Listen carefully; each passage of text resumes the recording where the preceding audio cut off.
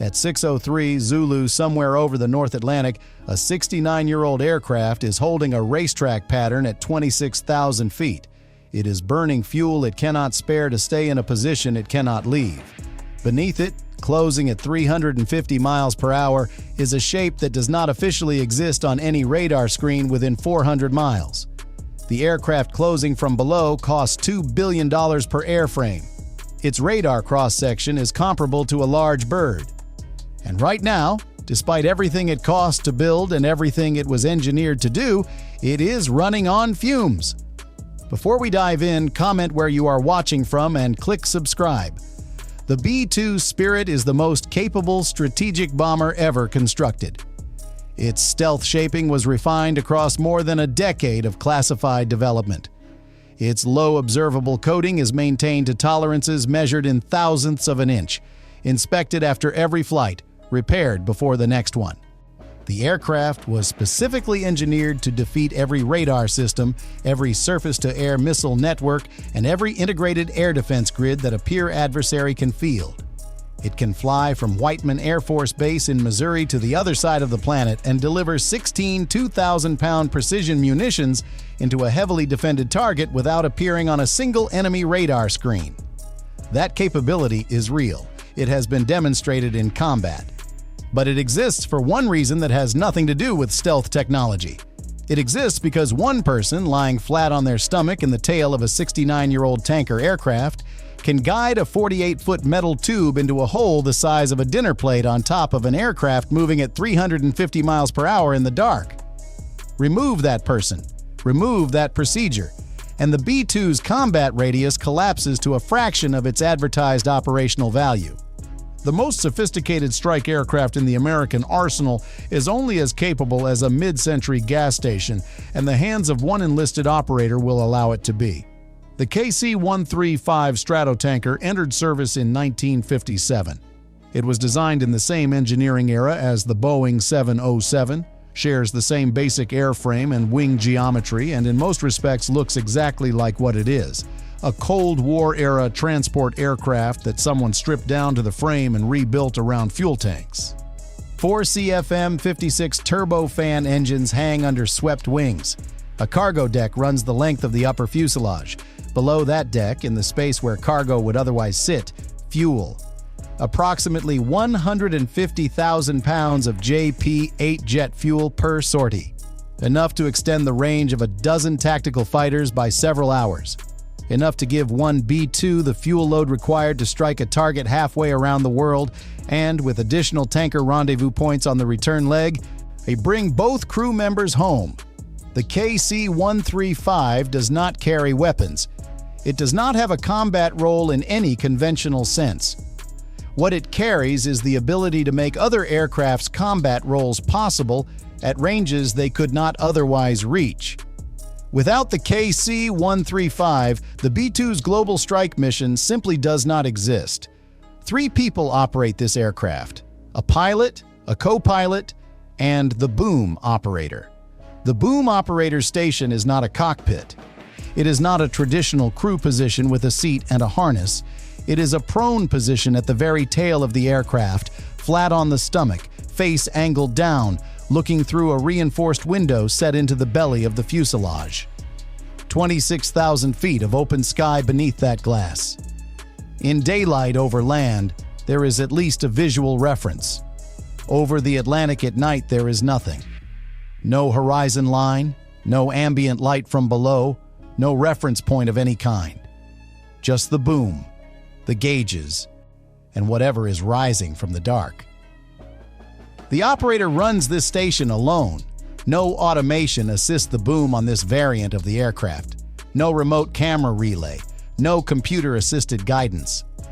A stick, a control panel, a set of gauges, and one unobstructed view of what is happening 40 feet below.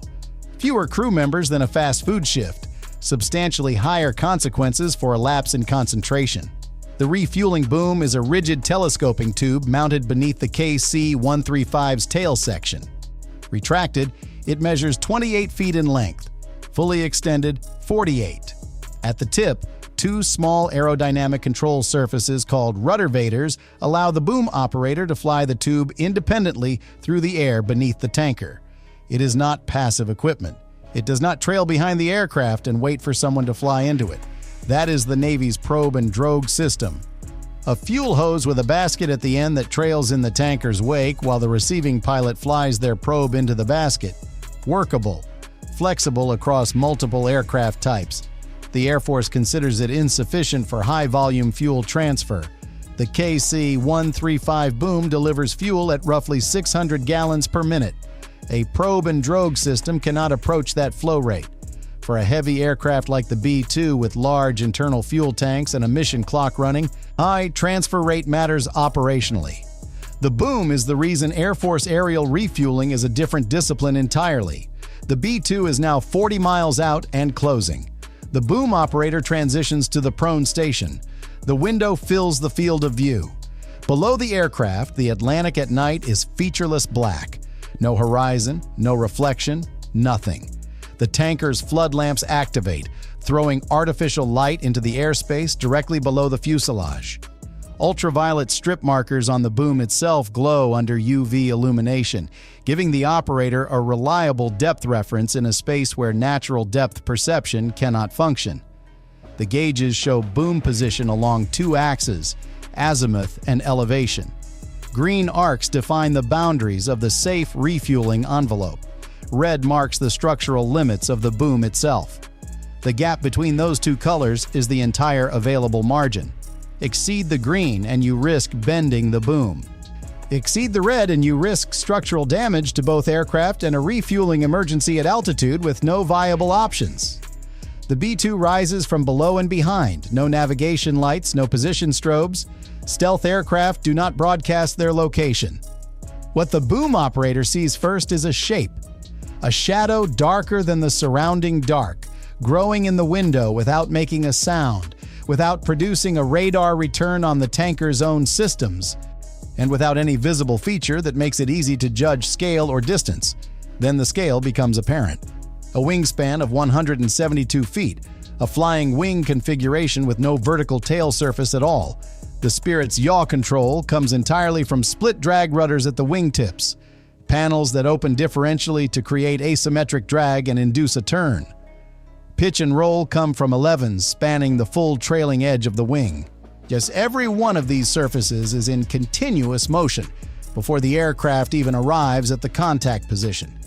Not because the pilots are actively flying the controls, but because the digital fly-by-wire flight control computers are executing thousands of micro-corrections per second to maintain stable flight in an airframe that has no inherent directional stability. A flying wing is aerodynamically efficient. It is also inherently unstable. The computers are why it stays in the air. From the boom station, the B-2 does not hold still. The refueling receptacle on its dorsal spine, centered on top of the fuselage, shifts left and right as the flight computers respond to turbulence, atmospheric variations, and the aerodynamic disturbance created by flying in close formation with the KC-135. The tanker's own handling degrades as the bomber moves into contact position. The two large aircraft flying this close generate a shared aerodynamic environment that neither platform was designed to operate in. The tanker crew feels it as a subtle but persistent change in how the controls respond. They have done this hundreds of times. It never stops being something they actively manage. The bomber positions itself in what crews call the contact position, directly beneath the tanker's belly, close enough for the boom to make contact, far enough to prevent a collision that neither crew could survive.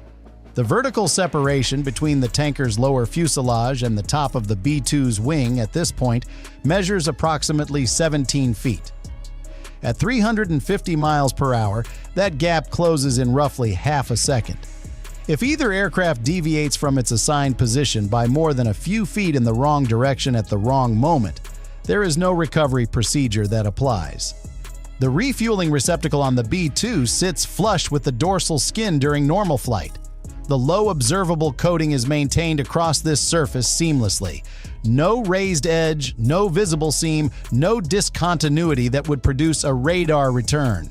Now, on command from the cockpit, the receptacle rotates open. A metal-rimmed circular opening appears in the middle of the aircraft's upper surface. For however long that opening remains exposed, the most precisely engineered, low-observable aircraft ever built is producing a radar reflection it was specifically designed never to produce. Every second the receptacle is open is a second the B-2 presents a measurably larger radar cross-section than its baseline. The crew understands the implication. Nobody moves slowly. Nobody wastes time. The boom extends. The rudder vaders deflect into the airstream. The nozzle descends toward the open receptacle. Tracking a target that shifts with every correction the B-2's computers execute. The last 10 feet are where the task becomes technically precise in a way that is difficult to fully convey. The nozzle approaches. The receptacle drifts fractionally left as the B-2 computers respond to a gust. Correction from the boom. The telescoping intersection extends to absorb the relative motion between the two aircraft, and functioning as a mechanical buffer against the small constant variations in the distance between the nozzle tip and the receptacle. 5 feet. 3 feet. The rim of the receptacle fills the operator's window. Contact. The nozzle seats into the receptacle. The locking mechanism engages. Fuel begins flowing immediately at 600 gallons per minute. JP-8 moving from one aircraft to the other at a rate that would fill an average passenger car's fuel tank in approximately 2 seconds. The B-2's mission computer monitors fuel distribution across the bomber's internal tanks in real time throughout the transfer. Weight and balance on a flying wing is not a secondary consideration. It is a flight-critical parameter with no margin for deviation. Too much fuel loaded into the forward tanks and the aircraft becomes nose-heavy. Too much aft and the flight control computers begin running out of the authority required to maintain level flight. There is no horizontal stabilizer to compensate. No conventional tail surface to adjust trim. The distribution sequence is automated and precise, but the system depends on the mission computer managing it correctly while simultaneously dealing with turbulence, formation flight aerodynamics, and a bombing mission that hasn't happened yet. Maintaining the connection is the second problem, distinct from making it in the first place and in many respects harder. The atmosphere at 26,000 feet is not smooth or predictable. Turbulence arrives without warning and affects both aircraft differently based on their size, weight, and configuration. When the KC-135 bucks, the boom flexes and the nozzle moves. When the B-2 rides through the disturbed air rolling off the tanker's wings and fuselage, its flight computers cycle the control surfaces faster to compensate, and the receptacle moves with each cycle. If the receiver drifts outside the refueling envelope, the boom disconnects automatically as a safety measure. It is protective. It is also a full restart. The approach sequence begins again from the repositioning phase. The boom retracts. The B-2 moves back. The receptacle stays open. The clock runs. In severe turbulence, a hard disconnect can physically damage the nozzle fitting or the receptacle housing. Ice accumulates on the boom structure in cold, moist air at altitude. Hydraulic fluid contamination can reduce visibility through the operator's window. These are not hypothetical scenarios that appear only in technical manuals. Boom operators have a collective name for the entire process. They call it the dance. The name was not chosen affectionately. 1 minute of sustained connection transfers approximately 6,000 pounds of fuel. 5 minutes, 30,000 pounds. At the 15-minute mark, the B-2 is carrying enough fuel to reach the designated target area. It does not yet have the fuel margins required to make the return trip home. The boom operator holds the nozzle centered in the green arc. The gauges remain stable. The fuel quantity aboard the bomber continues to climb. And for this window of time, measured in minutes, the most advanced combat aircraft on the planet is physically tethered to a 69-year-old tanker by a metal tube and the sustained focus of one person lying face down in the dark. Transfer complete. The boom operator retracts the telescoping section, the nozzle disengages cleanly, the locking mechanism releases, the boom swings up and away from the B-2's dorsal spine, and then the bomber does something that has no equivalent in any other aircraft flying today. The receptacle closes. The metal rim disappears beneath the surrounding surface.